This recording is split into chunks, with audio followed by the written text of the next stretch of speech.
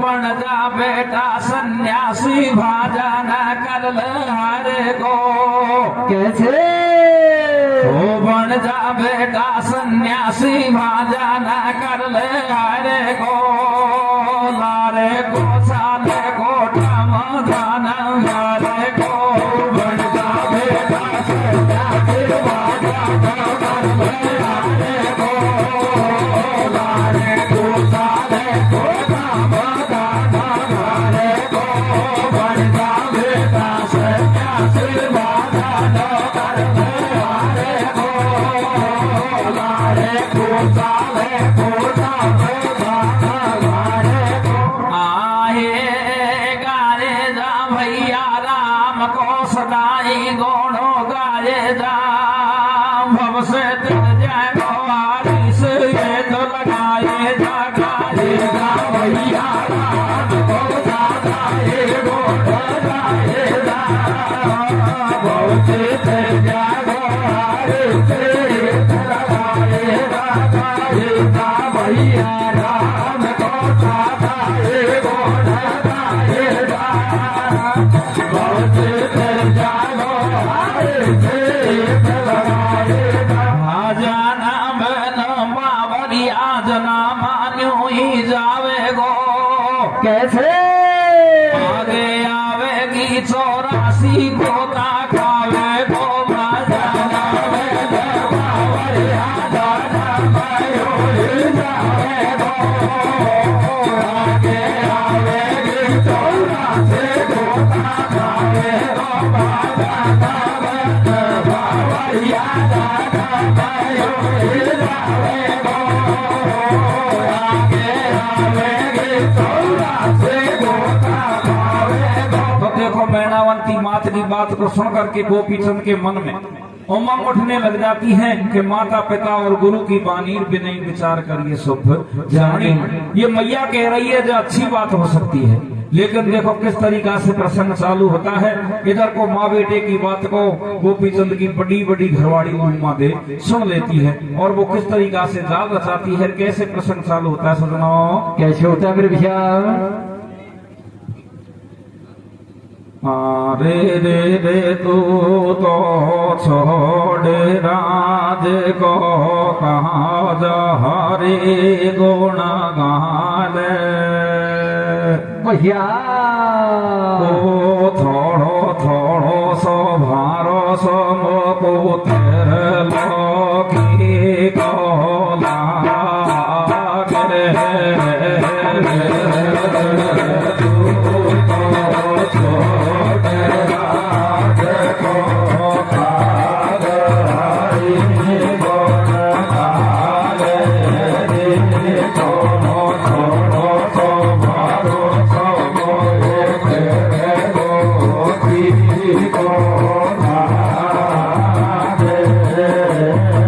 बेटा छोड़ राज को काज हरि गुण गाले थोड़ा थोड़ा सा भरोसा मोह त्रिलोकी को लागे। संसार सागर में अगर किसी का भरोसा है तो त्रिलोकी पे है, परमात्मा पे है।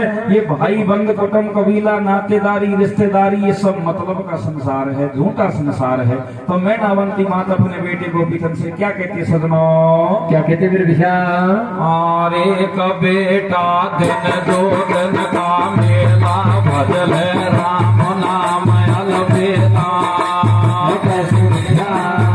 और एक बेटा दिन दो दिन का मेला भजल राम नाम अलबेला कोई दिन उड़ जाए हंस अकेला कोटी कोटी माया जोड़ी संग चले नहीं भेला कैसे भैया। हल जो तेरी तेरी यारो में थोड़ी तक तेरी माता भैया उलझे कर तक कुटुंब कबीलो हंस अकेला जाता कैसे भैया। छोड़ राज को काज कंवर तू बन जा बनवासी भैया भक्ति में ध्यान खटे जब तेरी 84 कैसे भैया। हरे खटे जब के रे 84 हो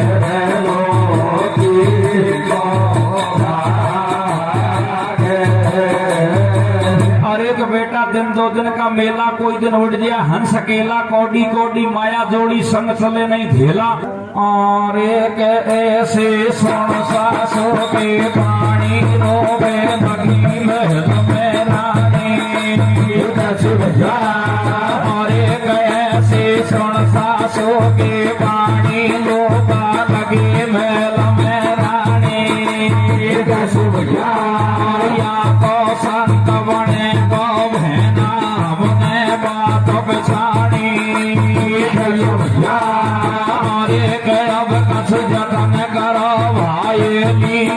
और बिना पति के नार महल में कैसे रहे अकेली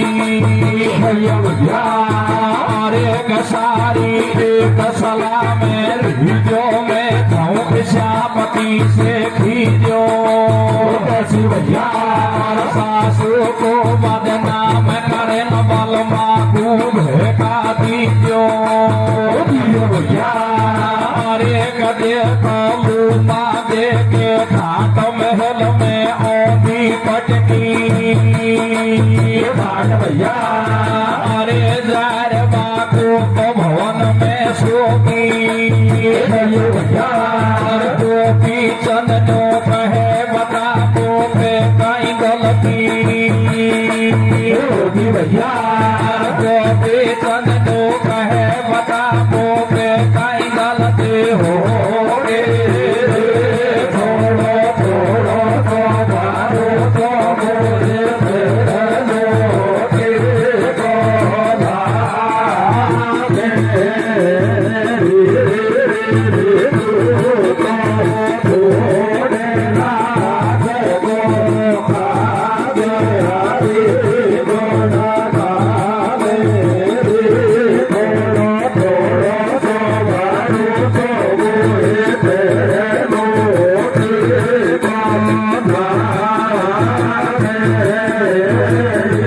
इतनी बात को सुन करके और अब लूमा दे रानी मन में विचार करती है कि अब सही मौका है कहने का। लेकिन गोपीचंद रानी से क्या कहता है सजनों, क्या कहता है फिर भैया हो से साथी साथी कैसे हो रानी साथी साथी खेदे थारा घटेगी थारे बात का ले दे काई खेदेगे मोसे साथे साथे मोसे साथे साथे खेदे थारा घटेगी थारे बात का ले दे काई खेदेगे तू खेदे तो रानी तो पुरनो लगे हार गना जो तू खेदे तो रानी तो पुरनो लगे हार गना जो तू खेदे तो प्यारी तो पुरनो लगे हार गना जो तू खेदे तो रानी तो पुरनो लगे हार गना जो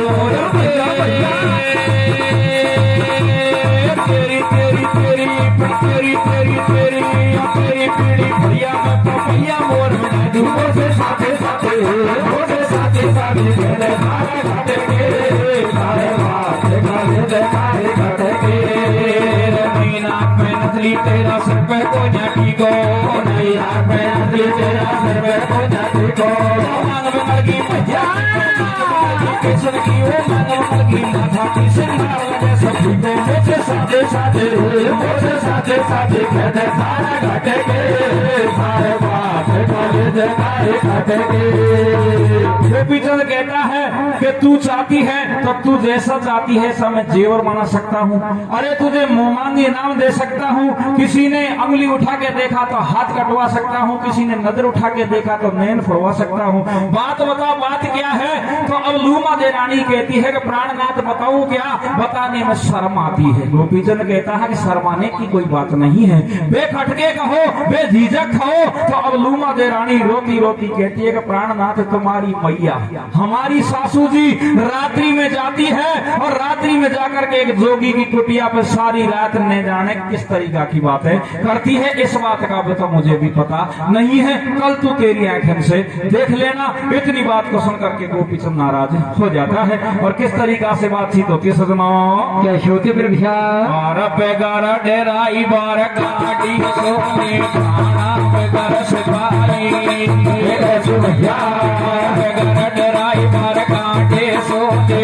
खाना पे गार सिपाही कैसे भैया नदी पट है रहने तेरी मरदा बगर लुगाई सही है भैया कहता बन कहता वो कहता वे रोद पड़ो या पज्जर छाती पे कैसे भैया तेरी मैया बात करे जोगी से आदि पे कैसे भैया तेरी मैया बात करे जोगी से आदि पे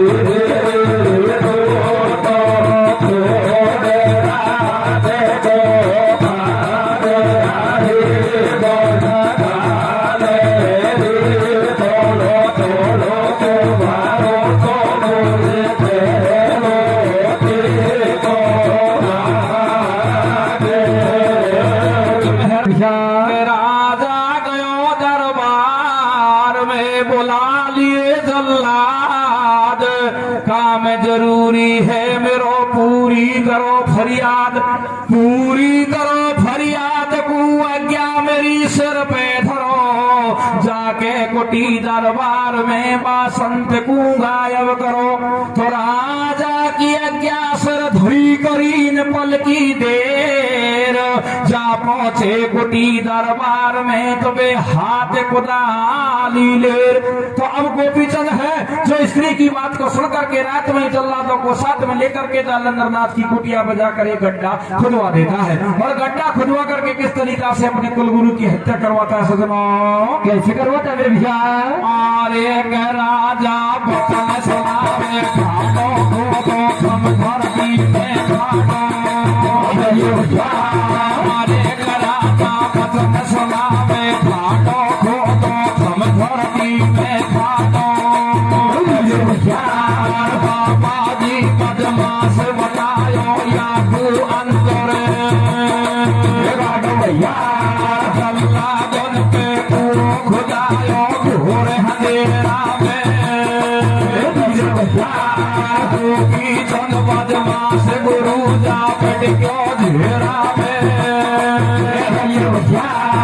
अरे गुरु जा पट क्यों घेरा में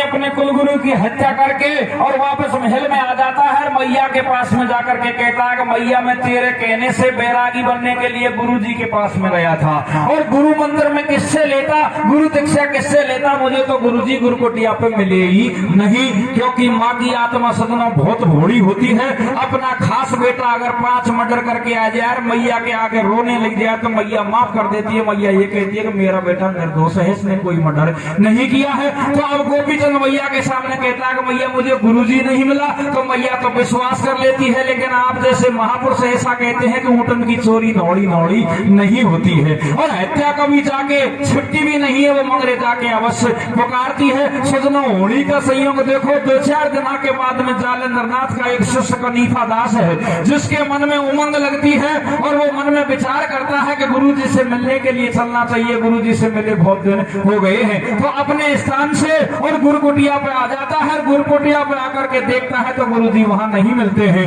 तो कनीफा दास जी काफी पहुंचवान हो चुका था। अब इन्हीं योग दृष्टि से देखता है, अपनी भक्ति के माध्यम से देता है तो गुरु जी गड्ढे के अंदर उसको पड़े दिखाई देते हैं और सारी माया को पहचान जाता है कि ये माया गोपीचंद की है। इधर को दूसरे दिन गोपीचंद भी शिकार खेलता खेलता उसी गुरु की कुटिया पे पहुंच जाता है। कनीफा दास को देख करके बड़ा प्रसन्न हो जाता है, मन में विचार करता है कि ये कनीफा दास को मैं मेरी मैया के पास में ले चलूं। ये भी कह देगा गुरु जी ने जाने कहाँ चले गए। वो तो बड़ा बनना चाहता था लेकिन गोपीचंद को इस बात की कटवा लगी। गोपीचंद को इस बात का पता नहीं था कि मेरी पोल ये कनीफा दास खोल देगा। तो देखो धीरे धीरे प्रसंग किस तरीका छोदना के बाद चले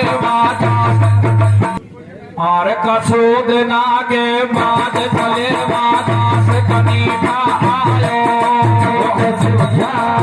गुरु खोज में फिर कुटी पे जाकर नहीं पायो भैया और एक भारी चिंता व्यापी मन में चेला फिर ढूंढ तो बन गोपीचंद कर प्यार लिया जोगी को महलन में देख राजी होगी माई सन दियो लगायो मेल में तू मेरो गुरु भाई कनी पाना तो मात में जालंधर को चेला सुनता राजी हो गई माई सन दिए लगायो मेल में तू मेरो गुरु भाई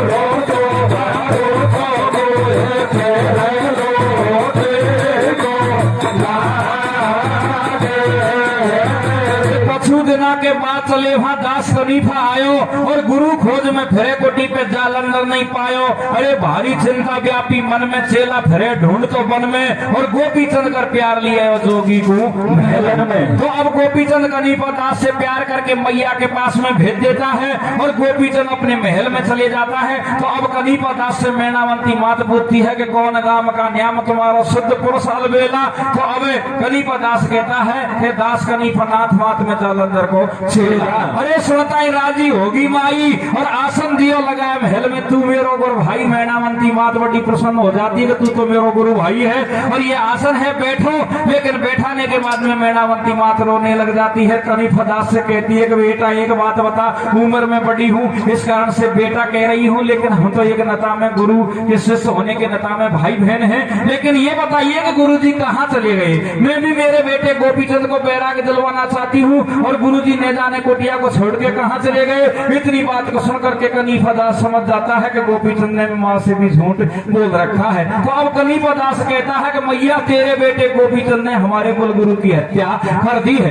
इतनी बात को सुन करके मैनावंती माँ तो रोती है, मन में विचार करती है। अरे गुरु गोविंद दोनों खड़े किसके लागू पाए, बोल हरि गुरु आपकी गोविंद दियो मिलाए। गुरु का दर्जा तो परमात्मा से ऊपर है, जिसमें तो मेरे बेटे ने हमारे कुल गुरु की हत्या कर दी। अब परमात्मा इसे कभी भी माफ नहीं करेगा। मैनावंती मात रोती है तो कनीफा दास समझ जाता है कि मैया चिंता करने की कोई बात नहीं है, मैं ऐसी तरकीब बताऊंगा, ऐसी विधि बताऊंगा जिससे तेरा बेटा गुरुमुखी भी हो जाएगा और वो अजर अमर भी हो जाएगा। तो मैनावंती मात कर कनीफा दास के बीच में किस तरीका से बातचीत होती है सुनाओ। कैसे होते भैया। वो क्यों घबरावे मैया नैया तेरी पार लगा देंगे, तेरे बेटे गोपीचंद के गुरु से जान बचा देंगे। ए बना फूतले बस लगे नैया पटके वाए घेरा में, गोपीचंद ने जार गुरु की सेवा करी हमेरा में। कि मैया तेरे बेटे गोपीचंद ने हमारे कुलगुरु को अंधेरा में मारा है, तो आप ऐसे करो मिट्टी के 5 पुतले बनवाओ गोपीचंद के, और 5 पुतले बना करके गोपीचंद को सौंप दो, और गोपीचंद से ये कह दो कि बेटा रात्रि में जा और जाकर के एक पुतले को उसी गड्ढे में उतारना। तो अंदर से जालंधर नाथ की आत्मा कहेंगी कि भाई कौन होगा, तो गोपीचंद को दूर खड़ा रह करके ये कहना है कि मैं गोपीचंद हूँ, तो जालंधर नाथ उससे कह देगा कि जा तू भस्म हो जा। इस तरीका से 5 पुतलों को तो भस्म करवा लेना, और छठी बार स्वयं गोपीचंद को इस कुएं के अंदर उतरना पड़ेगा। मुझे गुरु जी का पक्का भरोसा है, क्योंकि मैंने निस्वार्थ भाव से गुरु जी की सेवा की है। पक्का भरोसा है कि गुरु जी ये कहेंगे कि 5 बार में भी गोपीचंद भस्म नहीं हुआ तो जा तू हमारे हो जा। इस तरीका से कन्यादास मैनावंती मात को समझाता है, और मैनावंती मात मिट्टी के 5 पुतले बना करके गोपीचंद को दे देती है। गोपीचंद अपनी सेना को लेकर के रात्रि में पहुंच जाता है, और जाकर के एक पुतले को उतारता है, और कन्यादास की आत्मा उसे भस्म कर देती है। इस तरीका से सदनों मिट्टी के 5 पुतले भस्म हो जाते हैं, और छठी बार स्वयं गोपीचंद उस कुएं में उतरता है। तो इधर को फिर कन्यादास जालंधर नाथ की आत्मा कहते हैं भाई अब कौन है, कि महाराज मैं ही हूँ गोपीचंद। तो अब जालंधर नाथ कहता है कि जा तू अमर हो जा, अगर 5 बार में भी भस्म नहीं हुआ तो। इधर को अब योग दृष्टि से जालंधर नाथ देखता है कि गोपीचंद तो अमर होने वाला नहीं था, अमर कैसे हो गया। तो अब योग दृष्टि से देखता है तो सारी माया को पहचान जाता है कि ये रचाई सारी लीला कन्यादास की है। लेकिन मैं शंकर भगवान की तरह नहीं हूँ, जो सुआ को अमर कथा सुनाने के बाद में भी 12 साल उसके पीछे भजता रहा, क्योंकि शंकर भगवान ने ये नहीं विचार किया कि जब मैंने अमर कथा ही सुना दी तो ये मरेगा कैसे। अब मैंने ये वरदान दे दिया अमर हो गया, तो तू अमर तो हो गया बेटा। लेकिन गोपीचंद जा, मेरी पहली शर्त है, मेरी पहली दीक्षा ये है कि मुझे गुरु दीक्षा में तू क्या देगा, ये देगा कि बैरागी का भेष धारण कर ले, और बैरागी का भेष धारण करके झोली चिमटा लेकर के, और पहला अलग तेरी लूमा दे घरवाड़ी के दरवाजे जाके जगा, और दूसरा अलग तेरी मैया के दरवाजे जगा, और दोनों से भिक्षा लेकर सारे संसार में जा, तेरा नाम अजर अमर हो गया। तो अब गोपीचंद गुरु की आज्ञा को मान करके और झोली चिमटा साथ में ले लेता है, और पहला अलग अपनी घरवाड़ी के दरवाजे जाके जगाता है, घरवाड़ी से माता कहता है, और यहाँ से सदनों ये प्रसंग बिल्कुल रोमांचक हो जाता है। किस तरीका से गुरु की आज्ञा मानता है, और किस तरीका से झोली चिमटा लेकर के कैसे चल देता है सजनों, कैसे जाता है भैया। अरे थारो शीश पे नाथ नाथ रे दीदियो गुर ज्ञान भैया, थारो शीश पे हाथ नाथ ने दीदियो गुर ज्ञान भैया। अंदर के ने लग्यो बेटा धर ले अब तू ध्यान भैया। अरे कपेल रंग महल में जायो भैया, तेरी घरवाड़ी से माता खेते भिक्षा भैया। गुरुआ क्या सर पे धरी और धरी न बोल की देर भैया। तो चौरंग महल में बाजोली चिमटा ले भैया, झोले चिमटा ले।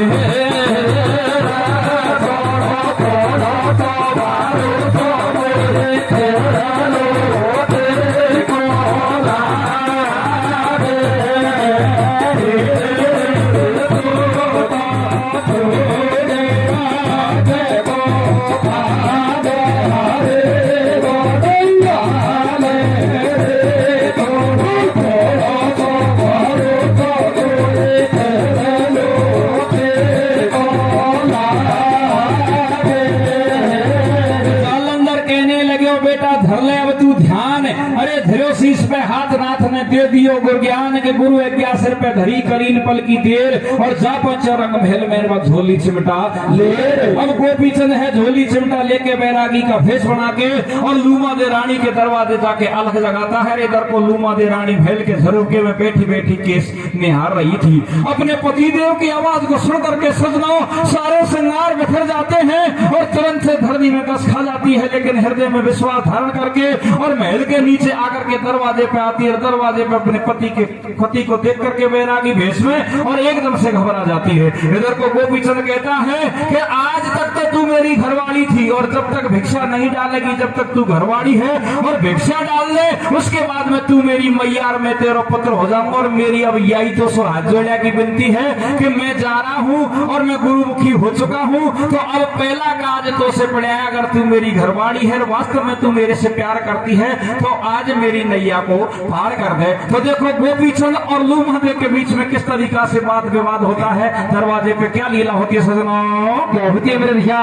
दे दे दे दे दे दे का सुदान पौड़ी पे ठाडो सो गौरपति, कैसे रानी रोवे भैरे रानी रोवे रोदन मचाए, कैसे मारी तो कारी तो गधे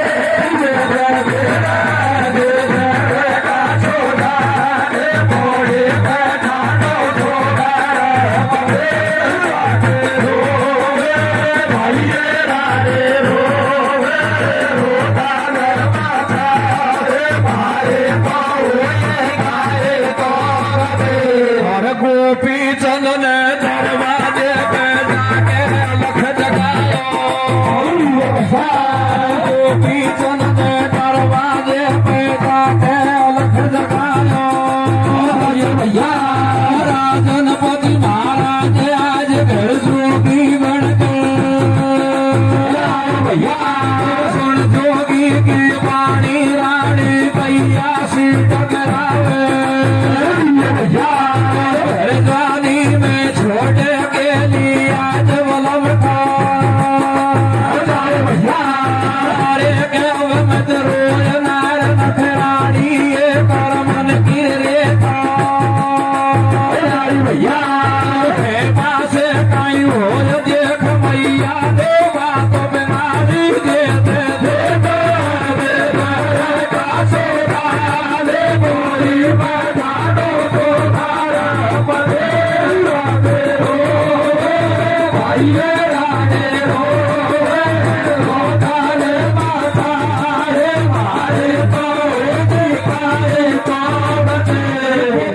दरवाजे पे जाके अलख जगायो से, अरे राजनपति महाराज आज घर जोगी बन के आयो से, सुन जोगी की पानी रानी गैया सी डकरावे से, भरजवानी में छोड़ के लिए आज पिया खा जावे से, अरे अब मैं तो रोए नार नखराड़ी ये करमन की रेखा न्याड़ी खेवा से कहीं हो देख मैया ने बात लूमा दे रानी इतनी बात को सुन करके पति देव से कहती है कि मैया बात बनाड़ चाहिए और कोई बात बनाड़, लेकिन मेरा तो सारा संसार उजड़ गया, मैं किस तरीका से तुम्हारे बगैर ये जिंदगी को पूरी करूंगी, क्योंकि जल के बगैर मछली नहीं रह सकती। इस तरीका से अरे बगैर ड्राइवर गाड़ी सुनी, थाना बगैर सिपाही, बिन दीपक है रेन अंधेरी मर्दा बगैर लुगाई। अब गोपीचंद है जिससे लूमा दे रानी किस तरीका से कहती है, सुनो कैसे कहती है भैया, शादी पहला भग जातो नट जातो पीड़ा तन पे भैया, शादी पहला भग जातो नट जातो पीड़ा तन पे, कैसे बारी रह जाती वाला मो भैया बापन के, शादी भग जातो नट जातो पीड़ा तन पे, बारी रह जाते वाला मो भैया बापन के, शादी पहला भग जातो पीड़ा तन पे, बारी रह जाते शादी पहला भग जाता नट जाता पीड़ा हाथन पैर कुआरी रह जाती बलन मैया बापन के। इतनी बातों को सुन करके गोपीचंद भी रोने लग जाता है। और इधर को लूमा दे रानी फिर अपने पति देव से क्या कहती है सजनों, क्या कहते हैं भैया, रे तो बन ढोला तो बन बलमा तो बन आशिक तो बन पीतो मेलन में अंधेरो तो आवे रे भैया, मेरी नथली गाना नीना दुखा जावे रे,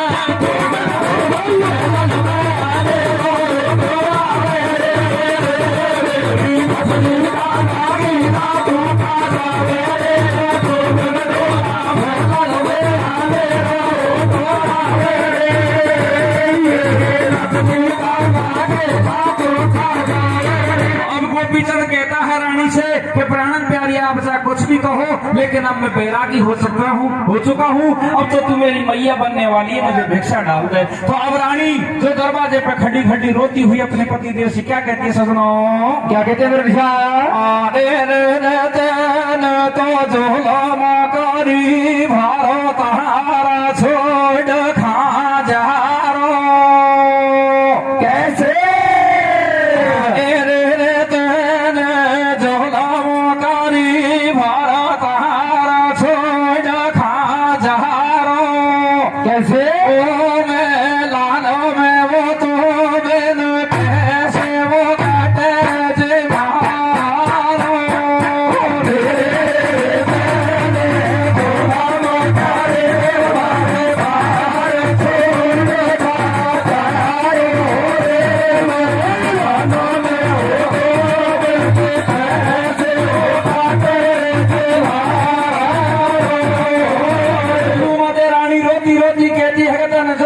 भरदार छोड़ खा जा रो, अरे महल में तो बिन कैसे कटे जिमारो। तो अब इधर को गोपीचंद रानी को समझाता है कि रानी जिमारा काटो या तुम खत्म हो जाओ, इससे मुझे कोई परवाह नहीं है। मुझे तो परवाह अब गुरु के बसनों की है कि मैं तेरे से माता कहूंगा, तू मुझे भिक्षा डालेगी, फिर मैया के दरवाजे जाऊंगा और मैया से भिक्षा लूंगा और उसके बाद मैं सारे संसार को एक दृष्टि से देखूंगा। उसके बाद में न मेरा कोई भाई है, न मेरी कोई बहन है, न कोई घरवाली है, न कोई सारा संसार है। सारा संसार को एक दृष्टि से मानूंगा तो लूंगा। दे रानी घबरा जाती है कि अब ये पक्का गुरुमुखी हो चुका है, मेरी बात पे नहीं मानने वाला है। तो अब गोपीचंद घरवाली से क्या कहता है सजनों? क्या कहता है मेरे भैया?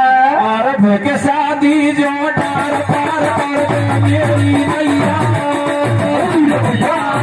के शादी जो डार पार कर मेरी मैया, मैं हूँ तेरा आज से तू मेरी मैया। रानी से ले भीख चलो फिर पास मात के आयो, राजमहल के दरवाजे पे जाके अलख जगायो। राजी होगी बाती मैया मेरे कौन लाइट दे, अरे गोपी चलखियन के तारे सुधर जाए पर लोग चले जाने में हरि गुण गारे, में हरि गुण गारे।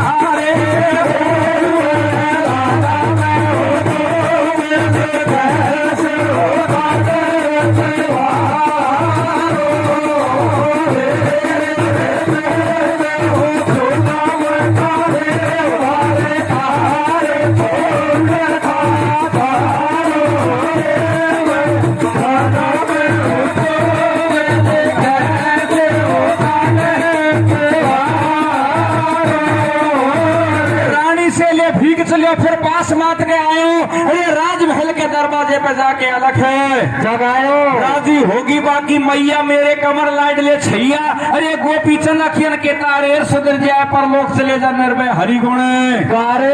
इतनी बात को सुन करके गोपीचंद कहता है कि मैया पर लोग सुधरे या ना सुधरे, लेकिन तेरी इच्छा पूर्ति हो गई, तो अब तू मुझे भिक्षा डाल दे और मैं यहाँ से चला जाऊंगा। मैनावंती माता कहती है कि भिक्षा डालने से पहले जाते जाते मेरा एक छोटा सा कार्य और है, वो तुझे करना पड़ेगा। तो अब गोपीचंद अपनी मैया से कहता है कि मैया तेरो छोटो काम हो चाहे बड़ो काम हो, बापू और बता दे जेर बाद में अगर तू बुलाएगी खेगी तो मैं काम को करूं। अब तो अब से तो तू मेरी मैया है।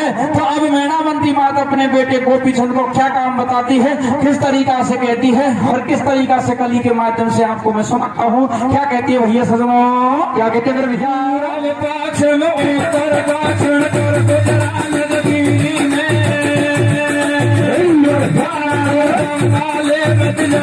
बेटा पड़ जाए घर के फकीरी में, तेरी बहन बसे बेटा तेरे भेष मर जाएगी। आगे लगे तेरे जोगार तू स्वर्ग वास कर जाएगी।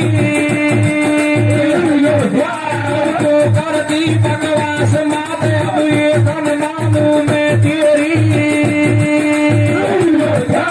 गुरु आज्ञा को पालन कर तू घर घर में जन्मो फेरी।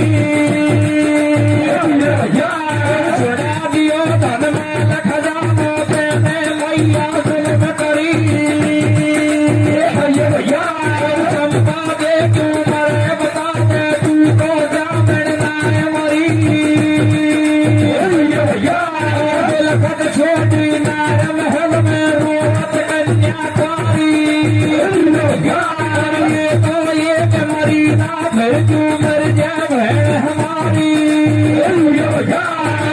को नाम जप करूं ध्यान है मेरा माला में ये शरणन में ढोक गयो जोगी बनना मेरे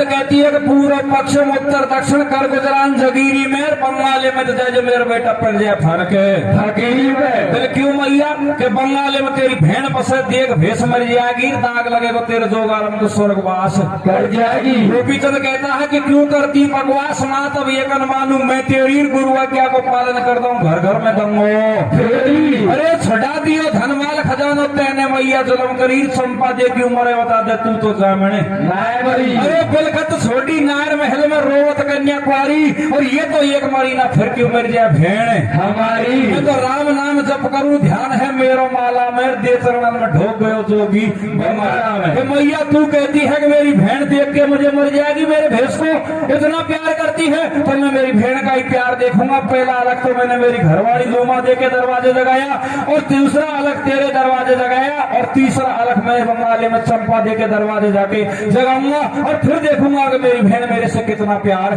करती है। तो देखो सजनों अब ये कली और ज्यादा रोमांचक हो जाती है कि बहन भाई का प्यार कितना है। वास्तव में चंपा दे अपने भाई को देख करके खत्म हो जाती है। किस तरीका से खत्म होती है गोपीचंद बंगाली शहर को कैसे जाता है सजनों कैसे जाता मेरे भैया अरे राजा धर जोगी को भेष भेड़ घेर आयो कैसे बंगाले में बाले जाके वो अलग जगायो भेष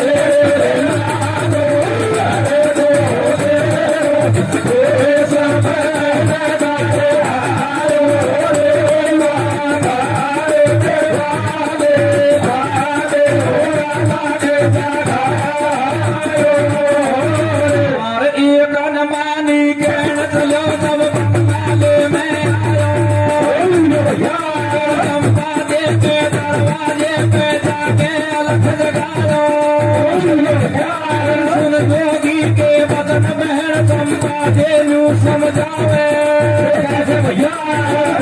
ले दासी कोई सन्यासी अलग लगावे ले दासी चली घर को जिनको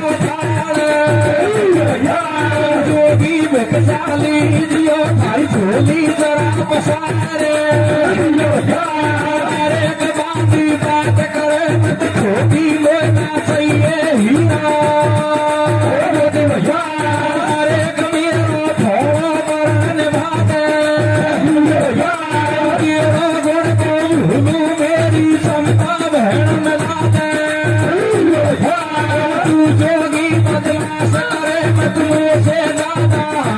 नहीं तो चलवा दूंगी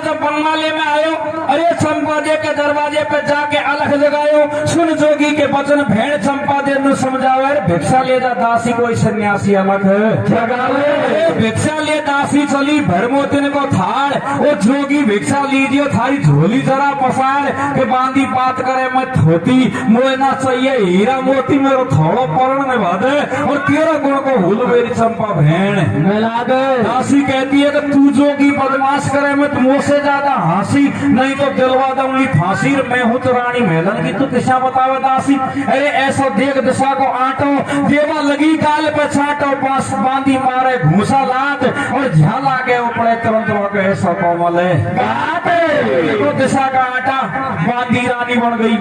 और गोपीचंद से कहती है बोल मैं रानी हूँ तू मुझे दासी बताता है, मैं तुझे अभी फांसी दिलवा दूंगी। उसे पीटने लग जाती है तो गोपीचंद मन में विचार करता है कि अब इसको असली औकात दिखाने की बात आ गई है, इसकी असली जगह असली औकात में दिखाता हूँ। तो अब गोपीचंद दासी से क्या कहता है सुनो, क्या कहता है भैया, अरे सुन बांधी हो मत आंधी ओछी मत बोले मोसे बोलो में गाँव बहना को किए जब तेरो डाज जो दिए जिस दिन तोली थी मैंने बोलो में। अरे सुन बांधी हो मैं आंधी ओछी में तो बोले मुझसे बोल में भ्याव भेना को कियो जब तेरो डाय जो दियो जिस दिन तो ली थी मैंने मोल। इतनी बात को सुन करके बांधी देख धरन का खागी, अरे वापस लौट महल में आगी होनहार बलवान भेड़ तेरो पीर बनो बाबा जी। रानी से आकर के सारी बातों को कहती है तो इधर को रानी नाराज हो जाती है और दासी को पीटने लग जाती है। दासी कहती है क्यों बकवास करती है, मेरा भाई तो राजा है, मेरा की कभी भी नहीं हो सकता और तू इतनी बकवास करेगी तो मैं तुझे अभी खत्म करवा दूंगी, कच्चा कोलू में पड़वा दूंगी। मैं जाती हूँ और जाकर के मेरे भैया को देख के आती हूँ, अगर मेरा भैया नहीं निकला तो तुझे जिंदी की कोर्ट में चढ़वा दूंगी। तो किस तरीका से दासी है जो रानी से कहती है सुनो, कैसे कहते भैया, अरे सुन चंपा दे रानी है गजब कहानी बदला तो फाड़े तेरे वीरों ने भैया द्वार पे अलख जगाए पे अलख जगाए जोगी बन आए है जामन जाए ऐसी का लिख दई तागो धीरों में के बिना मैं अवश्य देख के आई हूँ, पहचान गई तुम्हारा भाई है। तो अब इतनी बात को सुन करके और रानी चंपा दे नाराज होकर के और भिक्षा लेकर के वापस दरवाजे पे जाती है। लेकिन विधि का विधान संयोग देखो, बहुत दिन हो गए बंगाल शहर में जाते जाते पैदल गया था, दाढ़ी बढ़ गई, शरीर दुबला पतला हो गया, ऐसा हो गया कि गोपीचंद को अपनी भेड़ नहीं पहचानती है। और दरवाजे पे किस तरीका से बातचीत होती है सुनो, कैसी होती है और सुन बांधी के बचन बहन चंपा दे नीचे जावे दरवाजे से खड़ी खड़ी चोरी से यूं पकड़ावे भैया कौन गाँव क्या नाम तुम्हारो कौन पिता गुण मानते भैया शर्म नहीं तेरे जोगी बने हमारे भैया। सुन बांधी के वचन भेड़ चंपा दे नीचे जावे और दरवाजे पे खड़ी खड़ी जोगी से न्यू कौन गांव क्या नाम तुम्हारा कौन पिता गुण मात और है शर्म नहीं तेरे जोगी बने हमारो। गोपीचंद मन में विचार करता है कि मेरे शरीर को देख करके मेरी वेशभूषा को देख करके मेरी भेना ने मुझे नहीं पहचाना है। तो अब गोपीचंद भेड़ा से क्या कहता है, क्या कहता है भैया, और पिता तिलक चंद्राव है और नाना गंधर्व से पिता तिलक चंद्राव है और नाना गंधर्व से मेरावंती बात है और तू चंपा दे भैया के पिता तिलक चंद्राव है नाना गंधर्व सेन, अरे मेरावंती मात है तू चंपा दे। फिर भी भेड़ा विश्वास नहीं करती है, भाई से उल्ट के जवाब किस तरीका से देती है सजनों, कैसे देती है भैया, और पिता जगत सर नाम हमारो सुन के आयो नाम पिता जगत सर नाम हमारो सुन के आयो नाम तू गयो बरात में दिन देखा सारा नाम पिता जगत सर नाम देखा सारा काम है। इस तरीका से मैं तेरा विश्वास नहीं कर सकती। अगर तू मेरा भाई है तो मुझे मेरी जो चीज बताती हूँ पूछती हूँ वो बता। तो अब मैनावंती मात को याद करके अपने पिता को याद करके हर चंपा दे बहन अपने भैया से क्या कहती है सुनो, क्या कहते मेरे भैया, और बता पैर को पद में आज बोझोगी सब ठंडा, बता पैर में पद में आज बोझोगी सब ठंडा, विश्वास बताते सिर ऊपर चंदा, ये पता पैर को पदम आज वो जोगी छल ठंडा, और मेरे जब आएगो विश्वास बताते सिर ऊपर चंदा। भेड़ा कहती है कि सिर के ऊपर चंद्रमा को दिखे किस पे छाणूंगी, तो तेरे ने तो चंद्रमा दिख रहा ने पैर में पदम दिख रहा मैं पिछाणू तो कैसा पिछाणू। तो भेड़ा भैया से क्या कहती है सजनो, क्या कहते मेरे भैया, आए सर के ऊपर चंद्रमा को दिखे किसा पिछाणूंगी भैया, से नानी बाता दे जावे जानूंगी, सिर के ऊपर चंद्रमा को दिखे किसा पिछाणूंगी, वो से नानी बाता दे जावे जानूंगी, सिर के ऊपर चंद्रमा को दिखे किसा पिछाणूंगी, वो से नानी बाता दे जावे जानूंगी। अब गोपीचंद मन में विचार करता है कि भेड़ा को सारी बात हकीकत में बतानी पड़ेगी जब ये मानेगी। तो अब गोपीचंद कहता है कि नहीं माने तो खेड़ा भेड़ा देख शीश पे चंदा, और मेरी बिगड़ी हवा आज जैसे चेहरा पड़ रही हो मंदा। अरे देख निशानी गोपीचंद की, अरे चंपा दे रोवण लागी राजपाट रंग महल, छोड़ क्यों पड़ो वीर भारा बाबा जी। तो सजना गोपीचंद को पहचान जाती है, लूमा दे खत्म हो जाती है, लूमा दे खत्म हो जाती है। इधर को गोपीचंद मन में विचार करता है कि मैया ने जो बात कही थी वो बिल्कुल सत्य निकली, लेकिन अब मैंने इतनी भी भक्ति नहीं की है जिससे मैं मेरी बहन को जीवन दान दे सकूं। तो सजनों दिन 3 हो जाते हैं, और दिन 3 हो जाते हैं तो उसको अचानक याद आती है अपनी गुरु की, और गुरु की याद करता है और जालंधर नाथ का नाम लेकर के और कमंडल से छींटा मारता है। तो तीसरे दिन बहन वापस जिंदी हो जाती है। उसी दिन से ये तिया की बैठक भी चालू हो गई है। तो देखो बहन जिंदी हो जाती है, बहन जिंदी हो जाती है तो अपने भाई का हाथ पकड़ लेती है, भाई से कहती है कि भाई तू बैरागी हो गया, कोई बात है नहीं, मुझे दुख नहीं है, लेकिन आप ऐसे चलो आपको न्यारा भवन बनवाऊंगी और भवन के अंदर ही धूना लगवाऊंगी और मैं सारी व्यवस्था करूंगी। आप बैरागी ठीक है, लेकिन घर घर मत डोलो और बैठ करके एक जगह भक्ति